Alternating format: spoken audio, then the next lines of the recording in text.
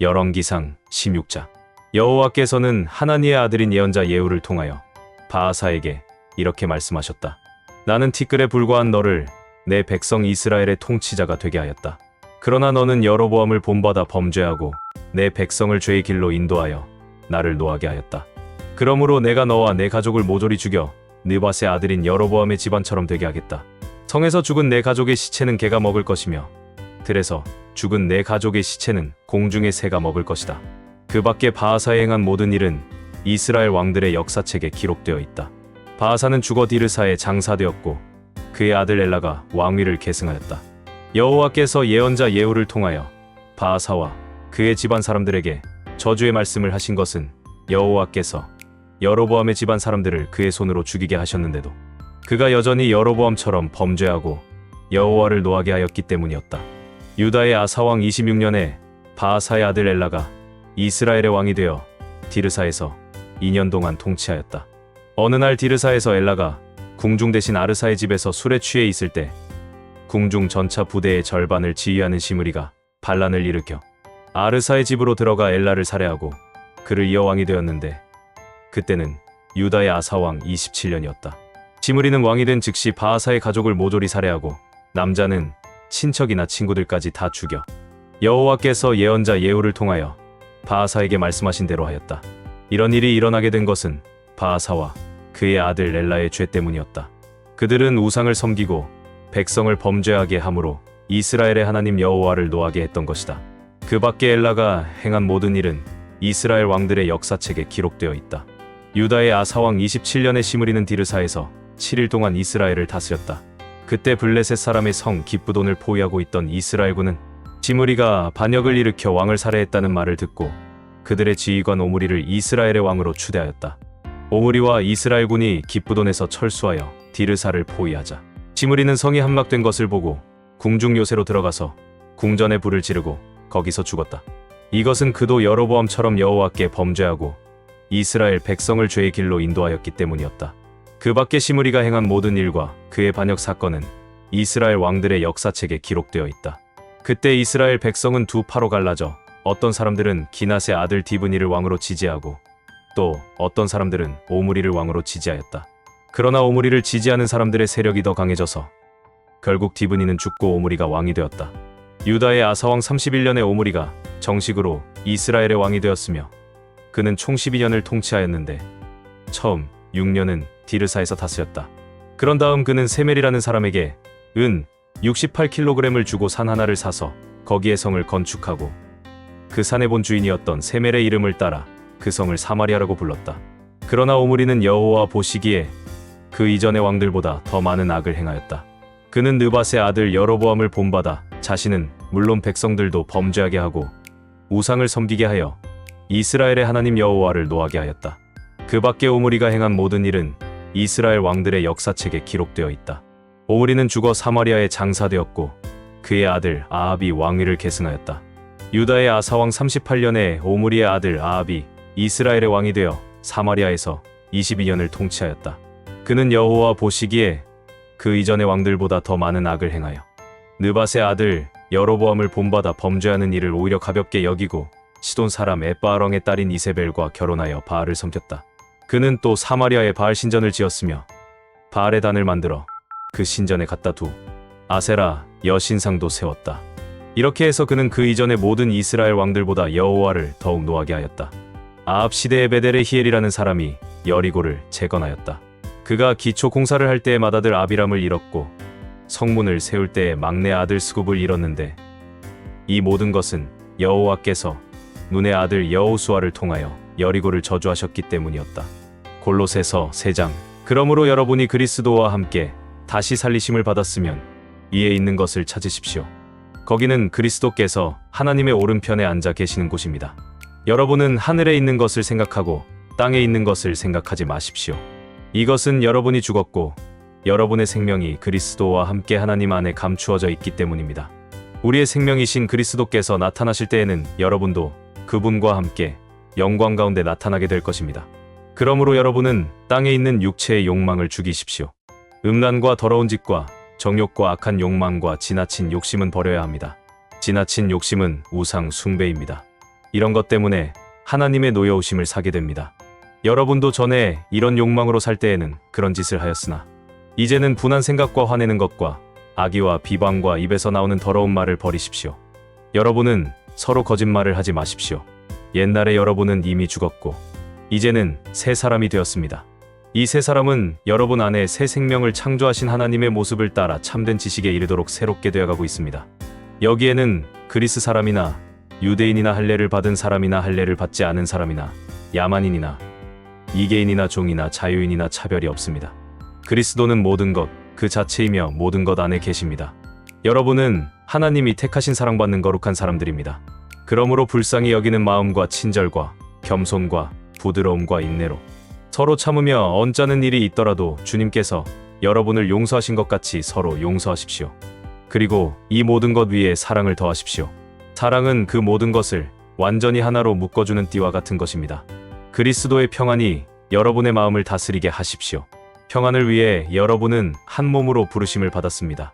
그리고 여러분은 감사하는 사람이 되십시오.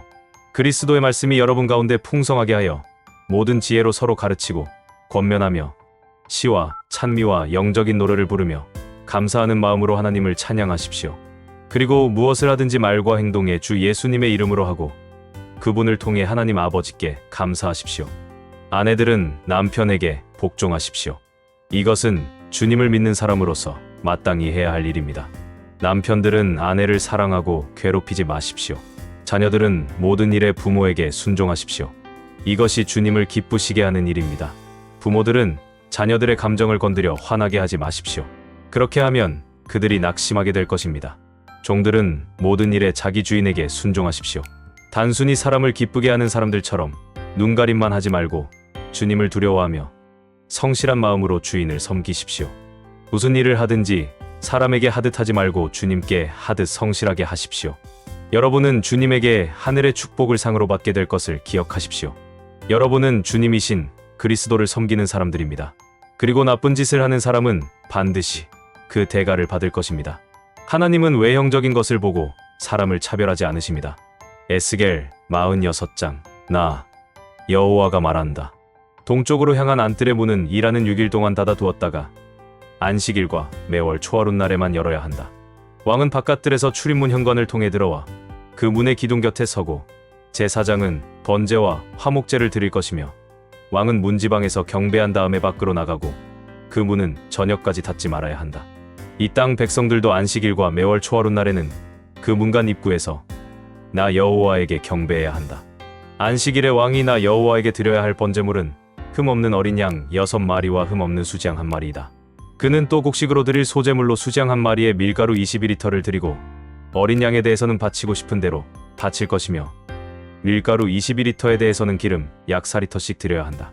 그는 또 매월 초하룻날에 수송아지 1마리와 어린 양 6마리와 수지양 1마리를 모두 흠이 없는 것으로 드릴 것이며 또 소재로 수송아지에 밀가루 22리터와 수지양에도 밀가루 22리터를 드리고 어린 양에 대해서는 바치고 싶은 대로 바칠 것이며 밀가루 22리터에는 기름 약 4리터씩 바쳐야 한다.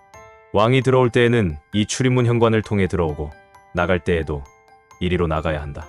그러나 지정된 명절에 이 땅 백성이 나 여호와 앞에 경배하러 나올 때에는 북문으로 들어온 자는 남문으로 나가고 남문으로 들어온 자는 북문으로 나가야 하며 아무도 들어온 문으로 나갈 수 없고 그 맞은편 문으로 나가야 한다. 이때 왕은 백성들 가운데 있어야 하며 그들이 들어올 때 들어오고 그들이 나갈 때 나가야 한다. 명절과 축제 때의 곡식으로 드리는 소제물은 수송아지 1마리에 밀가루 22리터와 수지양 1마리에 밀가루 22리터이며 어린 양에 대해서는 바치고 싶은 대로 바치고 밀가루 22리터에는 기름 약 4리터씩 바쳐야 한다. 왕이 자원하는 예물로 번제나 화목제를 나 여호와에게 드리고자 할 때에는 안뜰 동문을 열어두어야 한다. 그는 번제와 화목제를 안식일에 드리는 것처럼 드리고 밖으로 나갈 것이며 그가 밖으로 나간 다음에는 문을 닫아야 한다. 매일 아침마다 너희는 흠이 없는 1년 된 어린 양 1마리를 준비하여 나 여호와에게 번제로 드리고 그것과 함께 드릴 곡식의 소제물로 밀가루 약 4리터와 기름 1.2리터를 섞어 매일 아침마다 드려라. 이것은 영원한 규정으로 삼아 나 여호와에게 곡식으로 드릴 소제이다. 이와 같이 어린 양과 밀가루와 기름은 매일 아침마다 준비하여 정규적으로 드리는 번제로 삼아라. 나 주 여호와가 말한다. 만일 왕이 한 아들에게 자기 재산의 일부를 선물로 준다면 그것은 그 아들에게 상속된 재산이 되어 대대로 그 자손들의 것이 될 것이다. 그러나 만일 왕이 재산의 일부를 한 종에게 선물로 준다면 그것은 종이 자유를 얻게 되는 희년까지만 그 종의 소유가 되고 그 후에는 소유권이 다시 왕에게 돌아갈 것이다. 왕의 재산은 그 아들만이 물려받을 수 있다. 왕은 백성의 재산을 강제로 뺏어서는 안 되며 왕이 자기 아들에게 재산을 주고 싶으면 자기 재산 중에서 주어야 한다. 그래서 내 백성이 재산을 잃고 그 땅에서 떠나 흩어지는 일이 없어야 할 것이다. 그 후에 그가 그 문 측면에 있는 출입구를 통해 나를 데리고 북쪽으로 향한 제사장의 거룩한 방으로 들어갔다. 그는 그 방들이 있는 서쪽 끝에 한 곳을 가리키면서 이렇게 말하였다. 이곳은 제사장이 허물을 속하는 속건제와 죄를 씻는 속죄제의 희생제물을 삶고 곡식으로 드리는 소제의 제물을 굽는 곳이다. 여기서 제물을 삶고 굽는 이유는 거룩한 것을 바깥들로 가지고 나가 백성들이 피해를 입지 않도록 하기 위해서이다. 그런 다음 그는 나를 데리고 바깥들로 나가서 뜰 네 구석을 보여주었다. 그래서 내가 보니 그 구석마다 또 다른 뜰이 있었으며 그 뜰 네 구석은 담으로 막혀 있었다. 그리고 그 구석들의 길이는 21m이고 폭은 15.8m인데 네 구석의 크기가 모두 같았다. 이 구석 담 안으로 돌아가며 돌로 쌓은 부엌이 있고 거기에 제물을 삶을 수 있는 서리가 되어 있었다. 그가 나에게 이것은 성전에서 섬기는 자들이 백성의 제물을 삶는 곳이다 하고 말하였다. 시편 102편. 여호와여, 내 기도를 들으시고 나의 부르짖는 소리에 귀를 기울이소서. 내가 고통당할 때 주의 얼굴을 숨기지 마소서. 나에게 귀를 기울이시고 내가 부르짖을 때 속히 응답하소서. 내 인생이 연기같이 사라지며 내 뼈가 숯불처럼 타고 있습니다. 내 마음이 풀처럼 쇠잔하여 내가 음식 먹는 것도 잊어버렸으며 내가 탄식함으로 뼈와 가죽만 남았습니다. 나는 광야의 사다 새처럼 되었고 황폐한 곳의 부엉이처럼 되었습니다. 내가 뜬 눈으로 밤을 새우니 지붕 위에 외로운 새와 같습니다. 내 원수들이 하루 종일 나를 모욕하고 나를 조롱하는 자들이 내 이름을 저주의 대명사로 쓰고 있습니다. 내가 죄를 음식처럼 먹고 눈물을 음료수처럼 마십니다. 이것은 주께서 크게 노하셔서 나를 들어 던지셨기 때문입니다. 내 인생이 저녁 그림자 같고 시들어가는 풀처럼 되었습니다. 그러나 여호와여, 주는 영원히 계시는 왕이시므로 모든 세대가 주의 이름을 기억할 것입니다. 주는 일어나 예루살렘에 자비를 베푸소서. 정한 때가 왔으니 지금은 시온을 불쌍히 여길 때입니다. 주의 종들이 시온의 돌 하나하나를 사랑하며 그 거리의 먼지 하나하나에도 연민의 정을 느낍니다. 온 세계가 여호와를 두려워하고 세상의 모든 왕들이 그의 영광스러운 능력을 무서워하리라. 여호와께서 시온을 건설하시고 그 영광 가운데 나타나셨다. 여호와께서 가난한 자의 기도를 들으시고 그들의 간구를 무시하지 않으셨다. 이 일이 앞으로 올 세대를 위해 기록될 것이니 아직 태어나지 않은 백성이 그를 찬양하리라. 여호와께서 높은 성소에서 내려다보시며 하늘에서 땅을 굽어 살피시오. 감옥에 갇힌 자들의 탄식을 들으시며 사형 선고를 받은 자들을 해방하셨다. 그러므로 그의 이름이 시온에서 선포되고 예루살렘에서 그가 찬양을 받으리라. 그때 세계의 모든 민족이 함께 모여 여호와께 경배할 것이다. 여호와께서 내 힘을 중도에서 꺾고 내 수명을 단축하셨으므로 나는 이렇게 말하였다. 나의 하나님 이시여, 나를 중년에 데려가지 마소서. 주는 영원히 사시는 분이십니다. 옛날 옛적에 주께서 땅의 기초를 놓으셨고 하늘도 주의 손으로 만드셨습니다. 하늘과 땅은 없어질 것이나 주는 영원히 살아 계실 것입니다. 그것들이 옷처럼 낡아 주께서 버리시면 사라질지라도 주는 변함없이 한결같으시고 주의 연대는 끝이 없을 것입니다. 그러나 우리 자손들은 항상 주 앞에서 살고 대대로 주의 보호를 받아 안전할 것입니다.